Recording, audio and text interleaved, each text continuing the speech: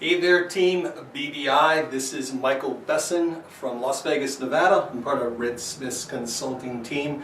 I didn't actually think I was going to get the opportunity to do this because I got very, very busy, and I've actually got 25 minutes to wrap this and send it. So here it is in one take. I'm sure many others are much more prepared than I, and I'm pretty happy just to be part of the selection process. So listen, whomever you guys pick, I am excited about the future of BBI. And I'm looking forward to working with whomever that is. Overlook the green screen. I'm not going to have opportunity to edit it out, but here's where we'll take off. So if we're ready to rock and roll, this is how I do it. So, ladies and gentlemen, you know, I got to tell you, most people will leave their spouses, their husbands, their homes, and they'll come to things like this to get critical breakthroughs for their business. How many people here would just absolutely love to walk away with something so special, so extraordinary, that it radically affects the revenue and profitability of your business? Can I see your hand? That's what I thought. That's why we're here, right? These critical distinctions that make huge breakthroughs. So here's the deal.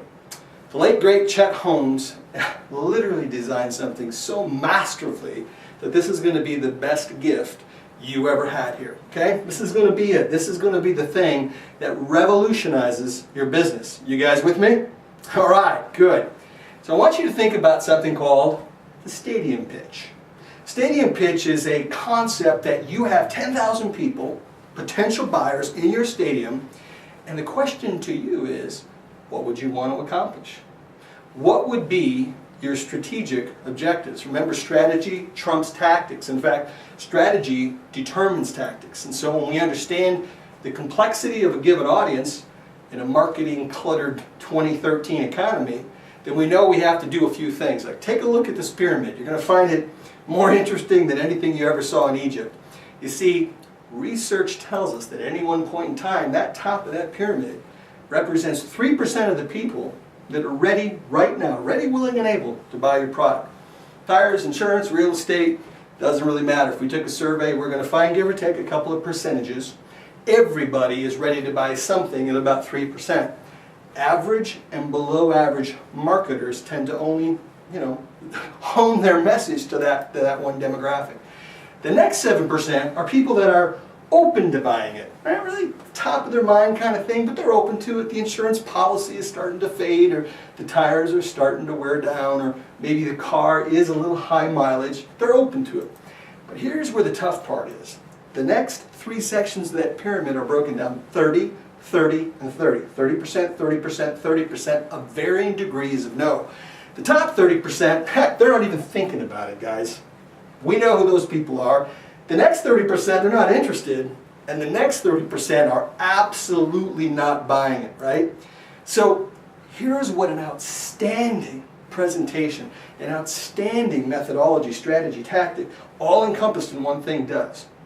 It pushes the prospect up the buying pyramid. You see, this is where the rubber meets the road. So right now, there's a little bit of trick to this. I want you to imagine there's 10,000 people in the stadium, and now I tell them this. Look, Mr. Audience, Mr. and Mrs. Audience, you have to come, but you can leave anytime you want after the first 30 seconds. So my question to you is, you better be ready. How many people in this room are really ready for that audience? Got to see your hands. You know, almost every audience, there's people that do believe that, and there's some that have actually gone through this training that are in fact ready. We're going to make sure when you leave here, everybody's ready. So my question is, what would you want to accomplish with that 10,000 people? What would your strategic objectives be? You see, that's the way this works. That's what makes this thing sizzle. Whatever you do in that stadium, you could just do it one-on-one. It would be just as simple. The stadium exercise is very specifically designed to make you think strategically before you operate tactically. Before you operate. Remember, strategy determines tactics. It is the BBI way, and it is the way that you're gonna grow your business effectively. So, who should you be targeting? Well, let's just take a good look at that. Let's do a little exercise. Let's define your business. Let's develop the broadest possible view of who you are. Let's focus on the ultimate benefits to your business. So let's just put some examples up here. Let's say you're in the business of building railroads, right? Some people would think that's it. I'm in the business of building railroads. But strategic thinkers, okay, the next notch up, they would be thinking, you know, I'm in the business of providing transportation. The broadest possible view, though, is, hey, I want to dominate all forms of transportation. Can you see how that exponentially makes your potential audience that much larger? How many people here understand this will change their game? That's right. That's right. Almost every head in this room moved. How about if you're just a clothing retailer selling suits? Is that broad or narrow? That's right. It's very narrow. What if you were a wardrobe consultant? Some of you are looking at me right now thinking, hey, this guy needs a little wardrobe touch. All right. How about an image consultant? You know, whether you like it or not, everybody at all times is casting out, sending out some form of image.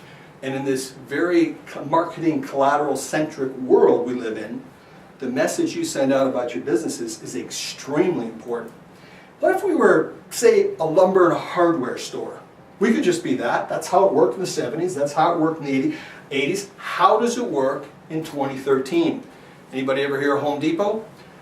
They massively took out the little color tiles of the world and created what? Home Depot, a place of a home improvement center, if you will. Now, how could we take that even one step further? What if we became a helpful agent to creating master home improvements? Okay? Now, I have a little 7-year-old. I'm actually the father of 7 children. I have a little 7-year-old. I know some of you are going, he's still alive and he can still speak. Most of them are women, so I don't talk much. Oh, I'm kidding. Bad joke, bad joke. I have a 7-year-old daughter. You know what we do sometimes on Saturdays? She likes to dress up in her little apron. We go down to Home Depot and she takes this little course on how to build stuff. What is Home Depot doing? You see, the simple thinker would say, well, they're entertaining your kids so you buy something. Now they're educating the next generation of buyers to go to Home Depot. What are you doing with your buyers? So let's just do a little exercise.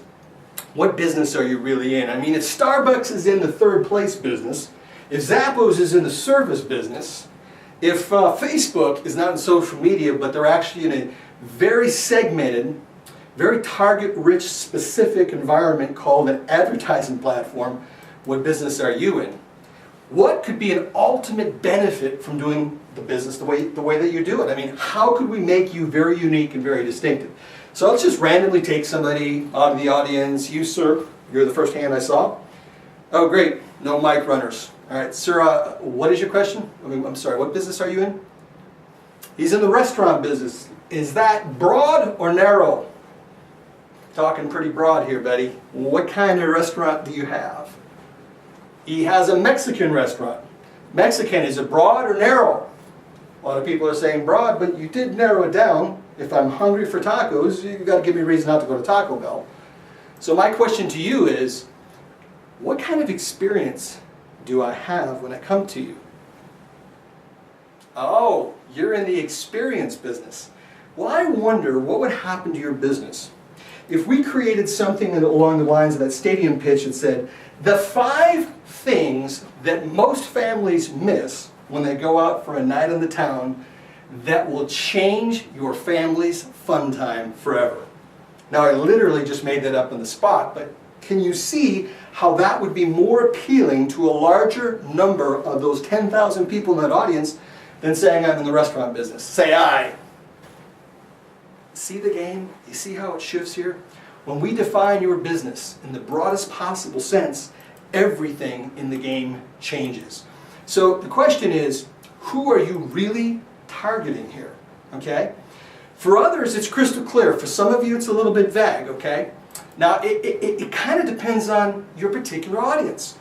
So every time you're marketing to a specific audience, let's say you're the restaurant business or a toy manufacturer. Toy manufacturers would have one audience to the parents. It would have one audience to the children. I actually saw a Marlboro commercial overseas in Malaysia that was segmented towards children under the age of 8. Disgusting, isn't it? but nonetheless a targeted message, a badly targeted one, but a targeted one nonetheless. My point is, know your audience. And then with the strategy, methods, and tactics of the stadium presentation, anything is possible by reaching them and pushing them up the pyramid. How many people thoroughly love what they hear here and want to dive in deeper? Great. BBI, that's it. One take. I hope it's on the camera. And I got to tell you guys, I'm just so excited about the future of BBI, regardless of where I end up in the totem pole of the speaking thing. I have, just part of my resume, I've spoken a couple hundred times over the last 10 to 20 years. I've done multiple seminars and very familiar with closing rooms. I doubt this is representative of my best work, but I hope it helps a little bit in your selection process. Good luck, God bless, and I'm looking forward to seeing you guys in person soon.